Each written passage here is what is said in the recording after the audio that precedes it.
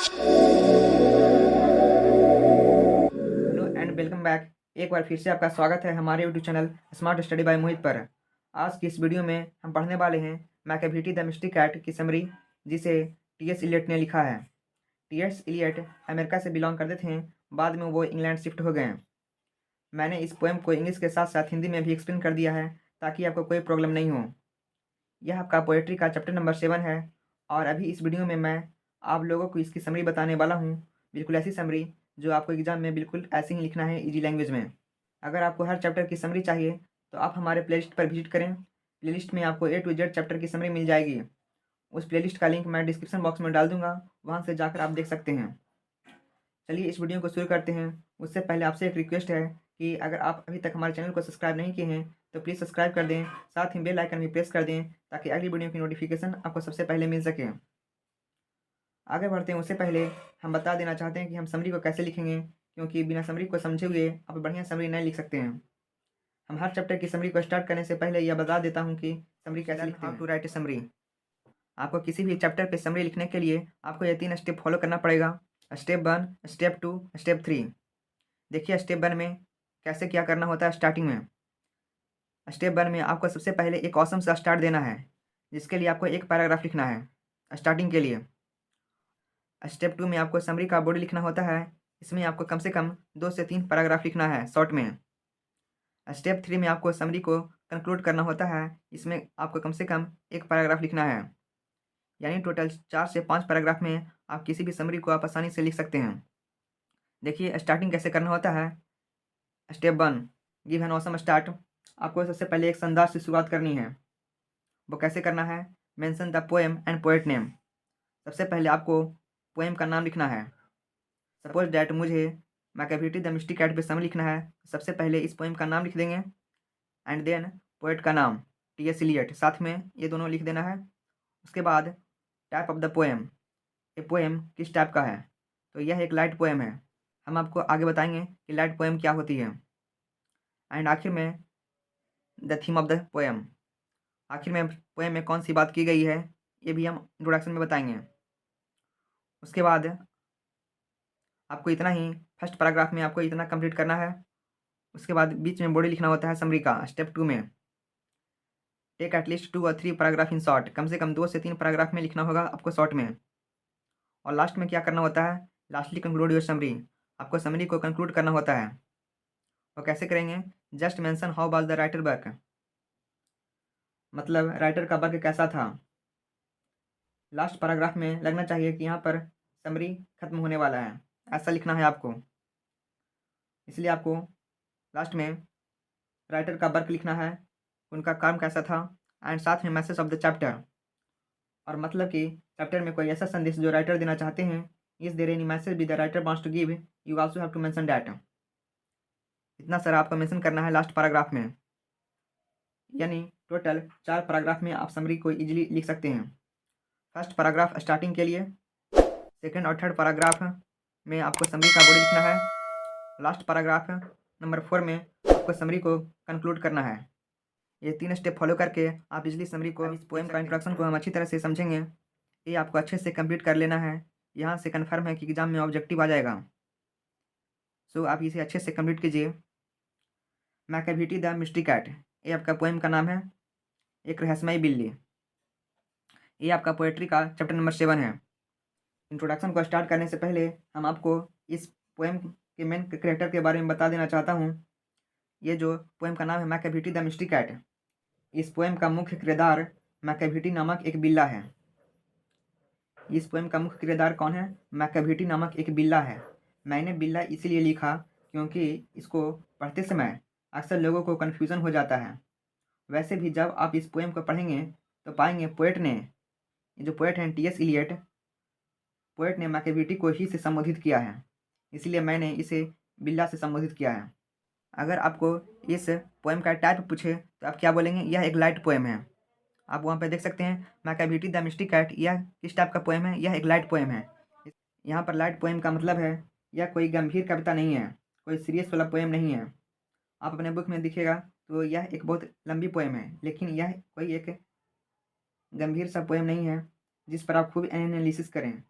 बल्कि यह एक लाइट पोएम है जिसमें कवि ने बढ़ा चढ़ाकर बहुत हल्के फुल्के अंदाज में एक बिल्ला के द्वारा किए गए क्राइम का वर्णन किया है।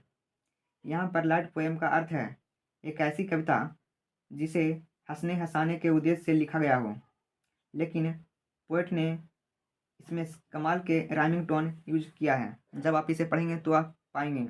अब इस पोएम के स्ट्रक्चर को हम बता देना चाहते हैं। यह एक लिरिक पोएम है जिसमें कुल 7 स्टेंजा है। अब अपने बुक में दिखेगा इसमें कुल 7 स्टेंजा है। यहाँ पर मैंने बता दिया मैकाविटी द मिस्ट्री कैट का मतलब क्या है और यहाँ पर लाइट पोएम का मतलब क्या है। अब इस पोएम के पोएट कौन है? इस पोएम के पोएट टी.एस. इलियट हैं। इन्होंने इस पोएम को लिखा है। और ये पोएम कहाँ से लिया गया है? Poem taken from old Possum's book of practical cats, यहाँ से ये पोएम लिया गया है। ये इंपॉर्टेंट है। टी.एस. इलियट का जन्म 1888 में हुआ था। और कहाँ हुआ था? सेंट लुइस मिसौरी USA में हुआ था। सेंट लुइस कहाँ है? USA में ही है, एक जगह का नाम है। वो फिर कहाँ शिफ्ट हो गए? इंग्लैंड में शिफ्ट हो गए। USA से वो फिर कहाँ शिफ्ट हो गए? इंग्लैंड में शिफ्ट हो गए। ये इंपॉर्टेंट है। हालांकि उनका जन्म कहाँ हुआ था? अमेरिका में हुआ था, लेकिन बाद में वो इंग्लैंड चले गए। और उनका निधन कब हुआ? 1965 में उनका निधन हो गया। वो क्या थे? He was a great dramatist and poet of 20th century. वो एक पद नाटककार और पोएट भी थे। किस सेंचुरी के? 20th century. आप बोलेंगे यहाँ पर 20th सेंचुरी कैसे हुआ? किसी भी पोएट के डेथ में एक जोड़ दिया जाता है। जैसे यहाँ पर 19 है तो एक जोड़ देंगे तो कितना हो जाएगा? 20। ऐसे ही सेंचुरी निकाला जाता है। तो 19 प्लस एक कितना हो गया? 20। इसलिए 20th सेंचुरी के ये पोएट थे। उन्हें क्या मिला? Received Nobel prize for literature in 1948। उन्हें 1948 में साहित्य के नोबेल पुरस्कार से सम्मानित किया गया था। किस चीज़ में मिला था? लिटरेचर में मिला था। और कब मिला था? 1948 मिला था। और उन्हें इंट्रोड्यूस किया गया क्या? वर्स ड्रामा इन इंग्लिश, मतलब उन्होंने अंग्रेजी में पद नाटक शुरू किया था, यानी पोएम के फॉर्म में ड्रामा। अभी इनके द्वारा कुछ इंपॉर्टेंट बुक है, ये आपको याद 3 इंपॉर्टेंट बुक है जिन्हें आप कंप्लीट कर लें। एग्जाम में बुक का नाम आ जाएगा और राइटर का नाम पूछ देगा, तो ये बुक का नाम याद कर लें। बुक का नाम क्या है? Books by him the best land, ये फर्स्ट बुक है। सेकंड बुक है एस वेडनेसडे। और थर्ड बुक 4 क्वार्टर्स। ये 3 इंपॉर्टेंट बुक है जिन्हें आप कंप्लीट कर लें। आगे देखिए important fact about T S. Eliot. T S. Eliot के कुछ इंपॉर्टेंट फैक्ट्स को हम जानेंगे। He is said to be a classicist in literature. उन्हें क्या कहा जाता है? उन्हें साहित्य, लिटरेचर मतलब साहित्य में उन्हें क्लासिस्ट कहा जाता है। And Anglo Catholic in religion, और धर्म में उन्हें क्या कहा जाता है? एंग्लो कैथोलिक कहा जाता है। ए रॉयलिस्टिक इन पॉलिटिक्स, और राजनीति में उन्हें क्या कहा जाता है? पॉलिटिक्स कहा जाता है। साहित्य में क्लासिस्ट और धर्म में एंग्लो कैथोलिक और राजनीति में रॉयलिस्टिक कहा जाता है। ये इंपॉर्टेंट फैक्ट था। अब इस पोएम के थीम को हम जानेंगे। This poem is actually about a cat. यह कैट वैसे एक बिल्ला के बारे में है। बिल्ला यानी कैट के बारे में है। पोएम का नाम ही है Macavity the mystery cat, who is of criminal nature. और जो बिल्ला है वो किस नेचर का है? क्रिमिनल नेचर का है, आपराधिक प्रकृति का है। And even after committing a crime, और क्राइम करके वो क्या होता है? The police is unable to catch him. और क्राइम करके भी पुलिस के हाथ वो नहीं आता है।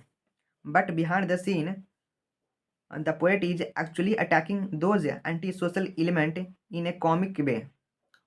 लेकिन पोएट असल में उस बिल्ला के पर्दे में मजाकिया अंदाज में उन असामाजिक तत्वों पर चोट कर रहा है। ऐसा नहीं है कि वो बिल्ला के बारे में बता रहे हैं, लेकिन हम सीन के अंदर जाकर देखेंगे तो पोएट हैं जो वो एक्चुअली अटैकिंग कर रहे हैं। किस पे? एंटी सोशल एलिमेंट पर, जो असामाजिक तत्व होते हैं उन पर चोट कर रहे हैं मजाकिया अंदाज में। Who disappear from the eyes of the police by dodging them, जो पुलिस के आंखों में धूल झोंक कर उसकी आंखों से ओझल हो जाते हैं। वो असामाजिक तत्व जो पुलिस की आंखों में धूल झोंक कर वो क्या हो जाते हैं? ओझल हो जाते हैं। यहीं आपको लिखना है फर्स्ट पैराग्राफ में। थीम वहाँ पे मैंने बताया था, आपको इंट्रोडक्शन में बताएंगे। ये आपको कंप्लीट कर लेना है इंट्रोडक्शन में, जितना मैंने अभी आपको बताया ये सारे इंपॉर्टेंट है ऑब्जेक्टिव में। एक बार जल्दी से रिवीजन कर लेते हैं। मैकाविटी द मिस्टिक कैट एक किस टाइप का पोएम है? यह एक लाइट पोएम है। इसके पोएट कौन है? टी.एस. इलियट है। और ये पोएम कहाँ से लिया गया है? और poem book of practical cat. इनका जन्म कब हुआ पोएट का? 1888 में Saint Louis Missouri in USA में हुआ था। वो फिर बाद में कहाँ शिफ्ट हो गए? इंग्लैंड में शिफ्ट हो गए। उनका निधन कब हुआ? 1965 में हुआ था। He was a great dramatist and poet of 20th century. उन्हें क्या मिला? नोबेल प्राइज मिला लिटरेचर में। और कब मिला? 1948 में मिला। उन्हें क्या इंट्रोड्यूस किया जाता है? West drama in English. उनके द्वारा कुछ इंपॉर्टेंट बुक्स मैंने बताया, द बेस्ट लैंड, एस्पिनस डे, 4 क्वार्टर्स। और उन्हें टी.एस. इलियट के द्वारा कुछ इंपॉर्टेंट फैक्ट था, वो भी मैंने बताया। He is said to be a classicist in literature. साहित्य में उन्हें क्लासिस्ट कहा जाता है। और धर्म में उन्हें एंग्लो कैथोलिक कहा जाता है। और राजनीति में उन्हें रॉयलिस्टिक कहा जाता है। उसके बाद मैंने आपको थीम ऑफ द पोएम भी बताया। अब फाइनली चलिए इस समरी की तरफ। इसका नाम है मैकाविटी द मिस्टिक कैट। की समरी को हम अच्छी तरह देखेंगे। आपको बिल्कुल एग्जाम में ऐसे ही लिखना है। ये आपका पोएट्री का चैप्टर नंबर 7 है, Macavity the mystic cat. Let's see first paragraph. Macavity the mystic cat is a descriptive poem written by T S. Eliot. ये जो पोएम का नाम है मैकाविटी द मिस्टिक कैट, यह एक क्या है? डिस्क्रिप्टिव पोएम, या फिर इसे लाइट पोएम भी बोल सकते हैं। एक हास्य पोएम है, हंसने योग्य पोएम है, जो कि टी.एस. इलियट के द्वारा लिखा गया है। He was an American also poet. वह एक अमेरिकी कवि भी थे। And a Nobel prize winner, और एक नोबेल पुरस्कार विजेता भी थे। इन दिस पोएम, इस कविता में, ही हैज डिस्क्राइब्ड, ही कौन? T S. Eliot. He has described the villainous character of a cat. इस कविता में उन्होंने एक बिल्ली के खलनायक चरित्र का वर्णन किया है। इसका वर्णन किया है? बिल्ली के खलनायक चरित्र का वर्णन किया है। एक बार इंग्लिश में बता देता हूँ जल्दी से। Macavity the mystic cat is a light poem भी बोल सकते हैं, या फिर डिस्क्रिप्टिव पोएम भी बोल सकते हैं, जो कि टी.एस. इलियट के द्वारा लिखा गया है। He was an American also poet, और कवि भी हैं साथ में, and a Nobel prize winner भी हैं। In this poem he has described the villainous character of a cat. See next paragraph number 2। Macavity who is a villainous cat. Macavity एक क्या है? पाजी बिल्ला है। यहाँ पर बिल्ला इसलिए बताया गया क्योंकि इसमें ही का यूज हुआ है कवि के द्वारा। Macavity is a villainous cat. Macavity जो एक पाजी बिल्ला है। He is always up to some crime. He is always up to some crime. वह हमेशा कोई ना कोई अपराध करता है। He is too clever to leave any evidence of his guilt. वह इतना होशियार है कि वह अपराध के बाद किसी भी सबूत को नहीं छोड़ता है। He is a headache for London police. वह लंदन पुलिस के लिए सिरदर्द बन चुका था। ये इंपॉर्टेंट है। किस पुलिस के बारे में बात की गई है? लंदन पुलिस के बारे में। Also crime, he is away from the scene dramatically. और अपराध के बाद वह नाटकीय रूप से दृश्य से क्या हो जाता है? दूर चला जाता है, इसीलिए वो नहीं पकड़ा पाता है। क्राइम करने के बाद वो सीन से दूर चला जाता है, इसीलिए वो लंदन पुलिस के द्वारा वो पकड़ा नहीं पाता है, कैचअप नहीं हो पाता है। लेट्स सी नेक्स्ट पैराग्राफ में क्या देखा? पैराग्राफ नंबर 2 में जो मैकाविटी एक क्या है? एक पाजी बिल्ला है। वह हमेशा कोई ना कोई अपराध करता है, और वह इतना होशियार है कि अपराध के बाद वह कोई भी सबूत को नहीं छोड़ता है। वह लंदन पुलिस का सिर दर्द बन चुका है। अपराध के बाद वह नाटकीय रूप से दृश्य से बाहर हो जाता है। अब समझेंगे paragraph number 3। Sometimes he drinks milk from the kitchen. कभी कभी वह रसोई घर से दूध पीता है। Sometimes takes away jewellery from the jewel case. कभी कभी क्या करता है? वो गहने के डिब्बे से गहने निकाल लेता है। And sometimes breaks the glasses of horse. Sometimes breaks the glasses of horse.